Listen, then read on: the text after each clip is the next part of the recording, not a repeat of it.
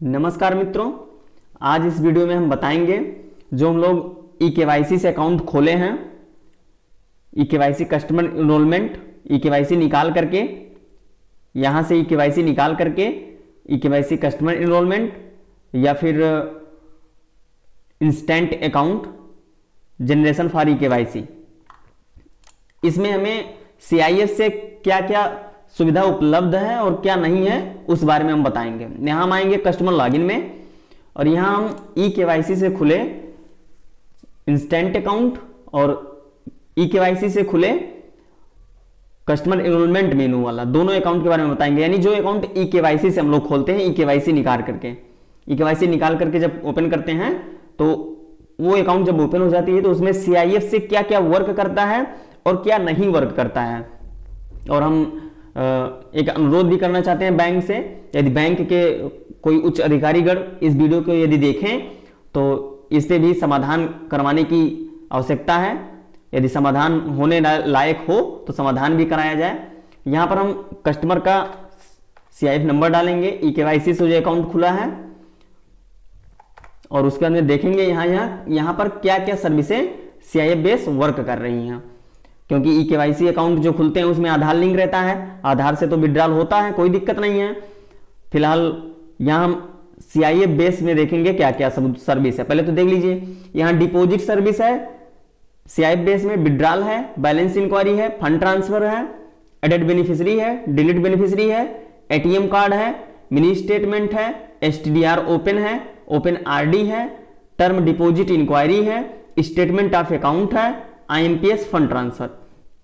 इतने सर्विसें इसमें दिए हुए हैं ई-केवाईसी से खुले अकाउंट में CIF बेस, और यही सर्विसें नॉर्मल अकाउंट में भी रहती हैं CIF बेस ट्रांजैक्शन में, CIF बेस जो है सर्विस में। तो यहां पर जितने सर्विसें हैं इसमें से केवल 2 ही सर्विसें काम कर रही हैं, बाकी सब बेकार हैं। वो हम दिखा रहे हैं कैसे, इसमें दिखा रहा है क्या क्या। अब चलिए हम मान लीजिए इस कस्टमर का डिपॉजिट कर दे रहे हैं, अब ये हमें प्रॉब्लम मिलेगा, आगे देखिएगा।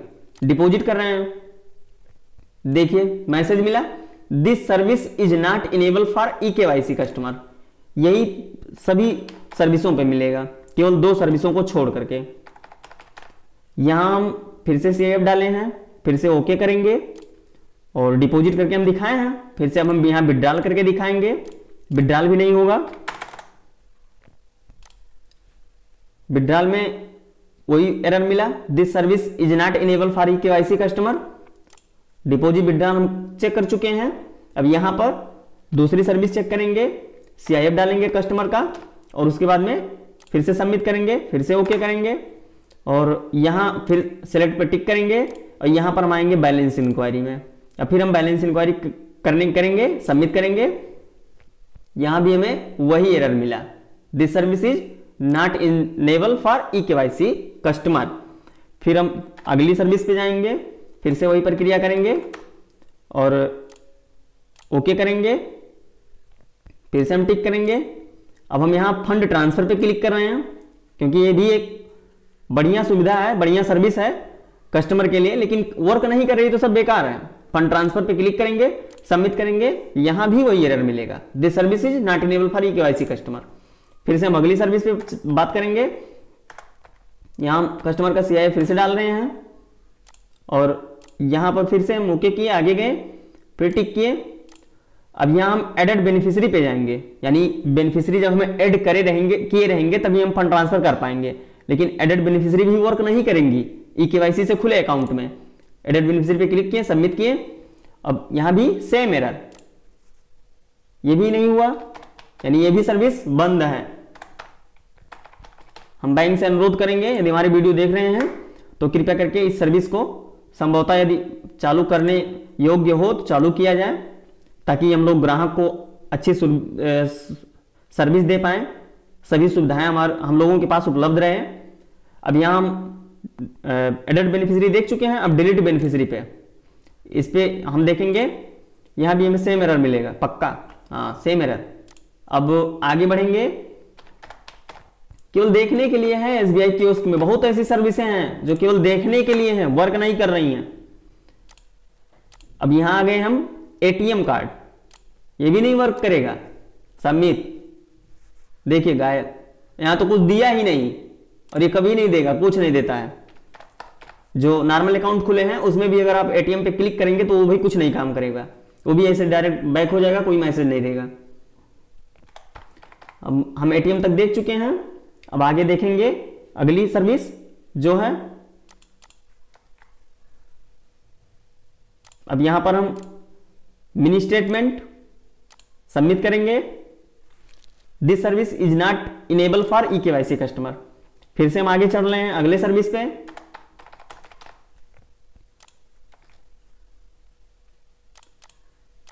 फिर यहां आ गए हम STDR ओपन, ये वर्क करेगा। eKYC से खुले अकाउंट में STDR ओपन वर्क करेगा, यानी FD अकाउंट ओपन करना है, इसी से ओपन होगा। अब देखिए ये हम यहां STDR ओपन सेलेक्ट किए हैं सर्विस, और यहां सबमिट करेंगे, हमारे सामने स्क्रीन खुलेगी STDR करने के लिए।